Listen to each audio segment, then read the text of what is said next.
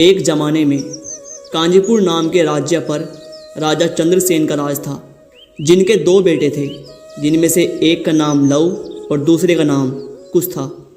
दोनों ही जवान हो चुके थे। राजा का एक मंत्री था जिसका नाम था सुमन। वह बड़ा ही बुद्धिमान था। राजा अक्सर अपने बड़े बड़े फैसलों पर अपने मंत्री की सलाह लिया करता था। महाराज, आपके दोनों ही बेटे बहुत होनहार हैं। अब तो उचित समय आ गया है महाराज कि उन दोनों में से किसी एक का राज तिलक अभिषेक कर दिया जाए। जी मंत्री जी, मैं भी इसी बारे में सोच रहा था। आप जो कहना चाहते हैं मैं समझ चुका हूँ। लगता है महाराज, दोनों में से किसका राज तिलक करना है इसका फैसला आपने कर लिया है। चाहे आप किसी का भी राज तिलक करें, दोनों तो आपके ही बेटे हैं। लेकिन दोनों की बुद्धि एक समान नहीं है मंत्री जी। जहाँ कुश में सारी योग्यताएं हैं राजा बनने की, वहीं लव बहुत ही शांत स्वभाव का है। इसीलिए मैंने कुश को ही राज्य का कार्यभार सौंपने का फैसला किया है, क्योंकि लव में एक राजा बनने की योग्यताएं नहीं है, ऐसा मेरा मानना है। परंतु महाराज, असली बात तो यह है कि मंत्री कुछ कहना चाहता था, लेकिन मंत्री बात को बदल देता है और कहता है, आप सही कहते हैं महाराज, आपने बहुत सोच समझकर ही ये फैसला लिया होगा। एक दिन किसी बात को लेकर लव और कुश में बहस हो जाती है, जिसे सुलझाने के लिए वो अपने पिता के पास जाते हैं। पिताजी, हम दोनों के बीच एक विवाद हो गया है। अच्छा, क्या विवाद है मेरे बच्चों? जरा सब कुछ विस्तार से बताओ, मैं अभी फैसला कर देता हूँ। पिताजी, हमारे राज्य में बहुत सारे लोग बहुत गरीब हैं, उनके पास खाने के लिए अनाज तक नहीं है। तो ऐसे में उनकी भूख मिटाने के लिए कुछ योजनाएं बनानी चाहिए। इससे ना कि उनकी भूख मिटेगी, बल्कि राज्य में राजा का सम्मान और भी बढ़ जाएगा। ये योजना गलत है पिताजी। अगर कोई समस्या आ जाए तो उस समस्या की जड़ क्या है ये जानकर उसका पक्का उपाय करना चाहिए। जैसा आपको भैया ने बताया, इस तरह की अस्थायी योजना बनाने से वह समस्या समय समय पर बार बार आती रहेगी। भूखे लोगों की भूख मिटाना ही काफ़ी नहीं है, बल्कि नाज कैसे उगाते हैं ये भी उन्हें सिखाना चाहिए। तो वो अपने पेट के साथ साथ कई और लोगों का पेट भर सकते हैं। सिर्फ लोगों की प्रशंसा पाने के लिए अगर काम करेंगे तो लोग आलसी हो जाएंगे। दोनों की बात सुनने के बाद राजा कुछ देर तक सोच में पड़ जाता है और फिर कुछ समय बाद अपने मंत्री की तरफ देखता है। महाराज, भूख मिटाना कोई बड़ी बात नहीं है, लेकिन अगर गरीबी को जड़ से ख़त्म कर दिया जाए तो ये एक सही फैसला होगा। अगर राज्य से गरीबी समाप्त हो गई तो लोग राजा को भूल जाएंगे। इसीलिए मुझे कुश की बात ज़्यादा सही लगी, जबकि लव की सोच सही नहीं है। राज्य को चलाने के लिए बुद्धि ही नहीं बल्कि योग्यता भी होनी चाहिए, और ये योग्यता लव में नहीं है।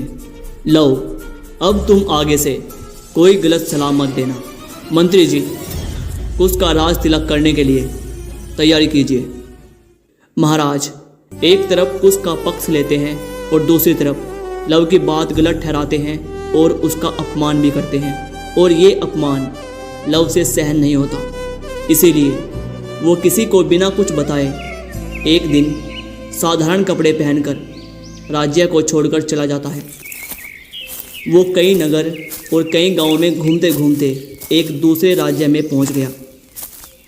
वो जिस रास्ते से गुजर रहा था उसने देखा कि एक संत एक पेड़ के नीचे बैठा कुछ लोगों को उपदेश दे रहा है। लव भी वहीं रुककर उनका उपदेश सुनने लगा। लव ने अपने पास खड़े एक आदमी से पूछा, महाशय, पुराने ग्रंथों की बातों को इतने सरल तरीके से और इतनी आसान भाषा में समझाने वाले ये महाशय कौन हैं? ये अग्निसर हैं, इस गांव के शिव मंदिर के पुजारी। वो बहुत अच्छे इंसान हैं। इनकी एक बेटी भी है जिसका नाम है सरिता। वो जिससे भी अपनी बेटी की शादी करना चाहते हैं, उनकी बेटी को वो बिल्कुल भी पसंद नहीं आता। चाहे कितना भी समझा लो, लेकिन इनकी बेटी मानती ही नहीं। यही कारण है कि ज़्यादातर ये दुखी रहते हैं। कथा समाप्त होते ही लव अग्नि सर के पास जाता है और उनसे कहता है, गुरुजी, आपने जो कथा सुनाई है उससे मेरी कई परेशानियां दूर हो गई हैं। अभी तक मैं सोच रहा था कि अगर मैं एक सन्यासी बन जाऊं तो मेरे मन को शांति मिलेगी, परंतु अब समझ में आ गया है कि संसार में रहते हुए भी शांति को प्राप्त किया जा सकता है।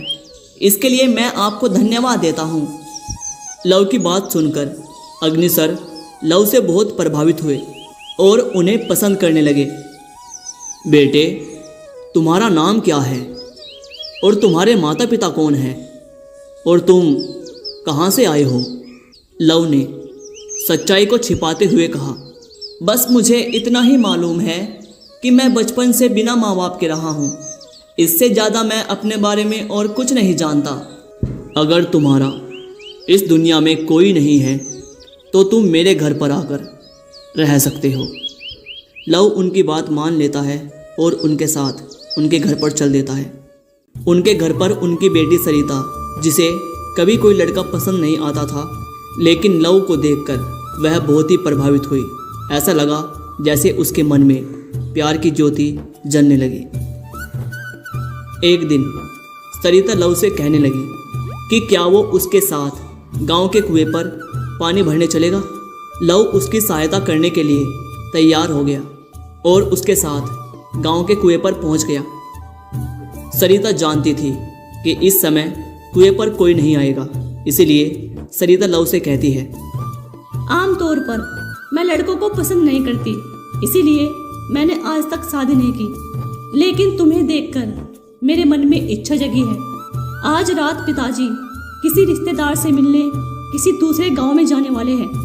मौका अच्छा है, तुम रात होने पर मेरे कमरे में आ जाना। तुम्हारे पिता को मैं गुरु मानता हूँ और तुम उनकी बेटी हो। तुम्हारे लिए इस प्रकार के विचार रखना मेरे लिए पाप है। तुम्हें भी ऐसे विचार नहीं रखने चाहिए। लव के ऐसा कहने पर सरिता उसे बहुत समझाती है, लेकिन लव के ऊपर इस बात का कोई प्रभाव नहीं होता। फिर सरिता ने सोचा कि इसे सबक सिखाती हूँ। वो अचानक हाथों की चूड़ी तोड़ने लगती है और अपने हाथों को खरोंचने लगती है और बालों को बिखराकर रोने लगी। रोते रोते वो अपने घर पहुंची और अपने पिता से कहने लगी, पिताजी, लव ने मुझ पर गलत नजर डाली है। आपने आस्तीन के सांप को घर में रखा हुआ है। देखिए, इस दुष्ट लव ने मेरी क्या हालत कर दी है पिताजी।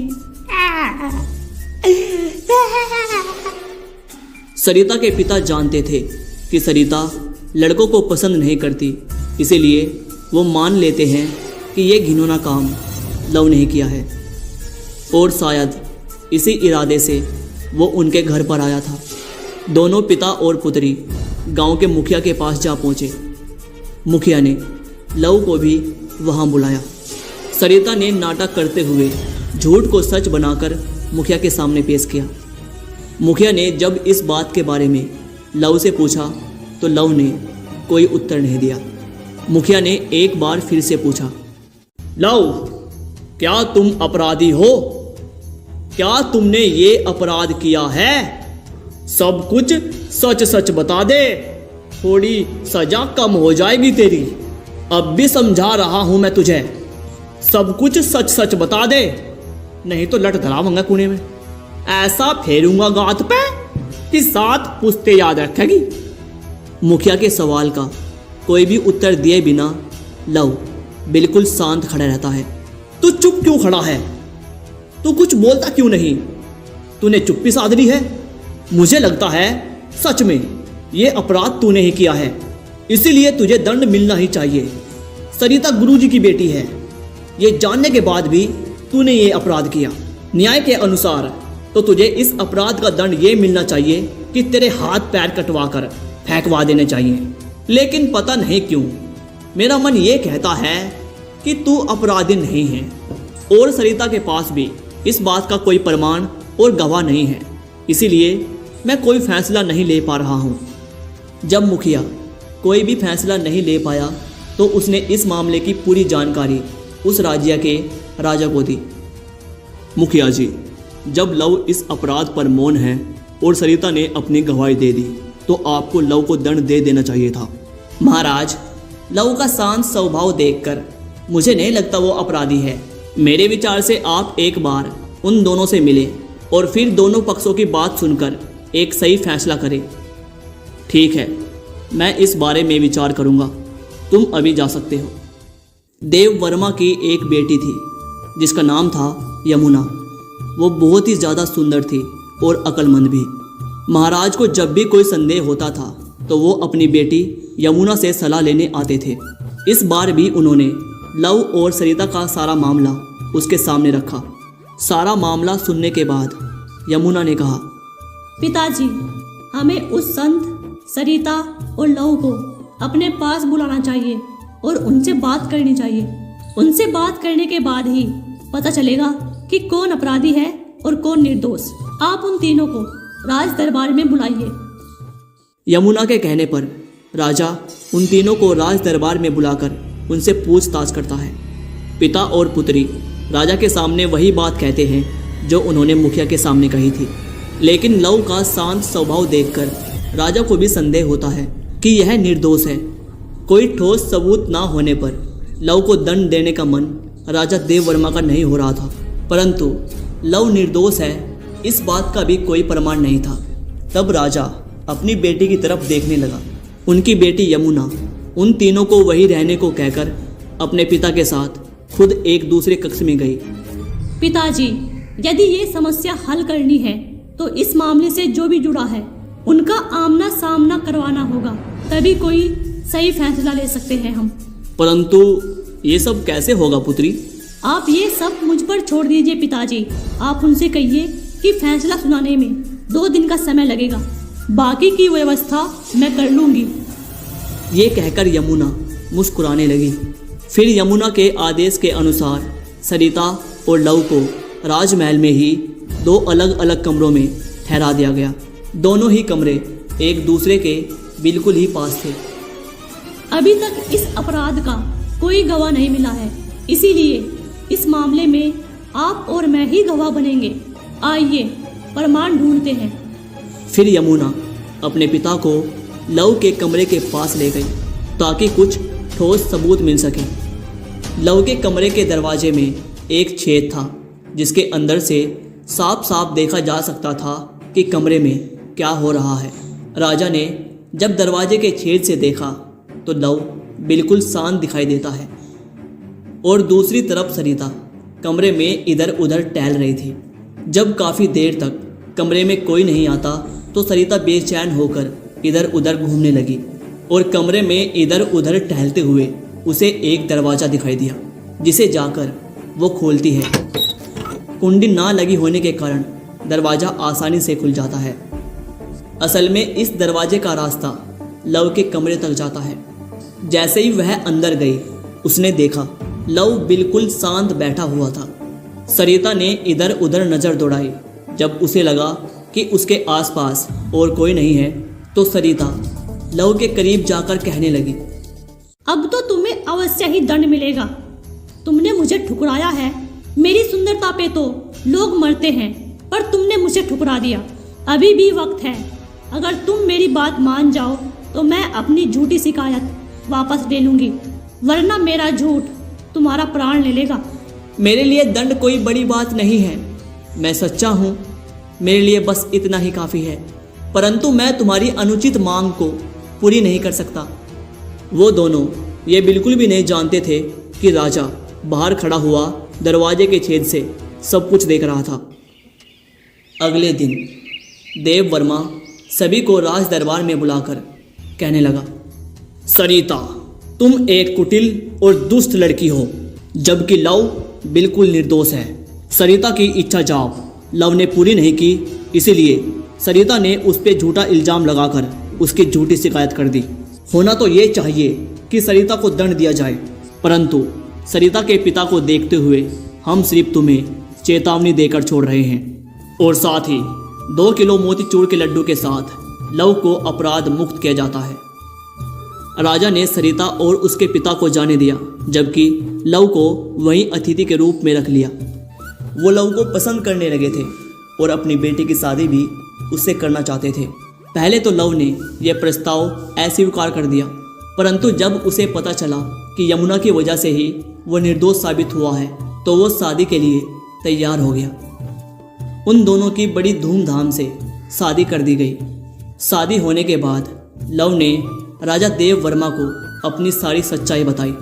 महाराज, मैं एक राजपुत्र हूँ, परंतु अपने पिता के व्यवहार के कारण मैं अपना सारा राजपाट छोड़कर यहाँ आ गया हूँ। तुम चाहे एक राजपुत्र हो चाहे तुम एक साधारण व्यक्ति, अब इस बात का कोई मतलब नहीं। आज के बाद तुम ही मेरे उत्तराधिकारी हो। मेरे बाद इस राज्य को बस तुम ही संभालोगे। मुझे खुशी है कि तुम जैसा समझदार लड़का मेरी बेटी का पति और मेरा दामाद बना, और साथ ही साथ एक भावी राजा भी।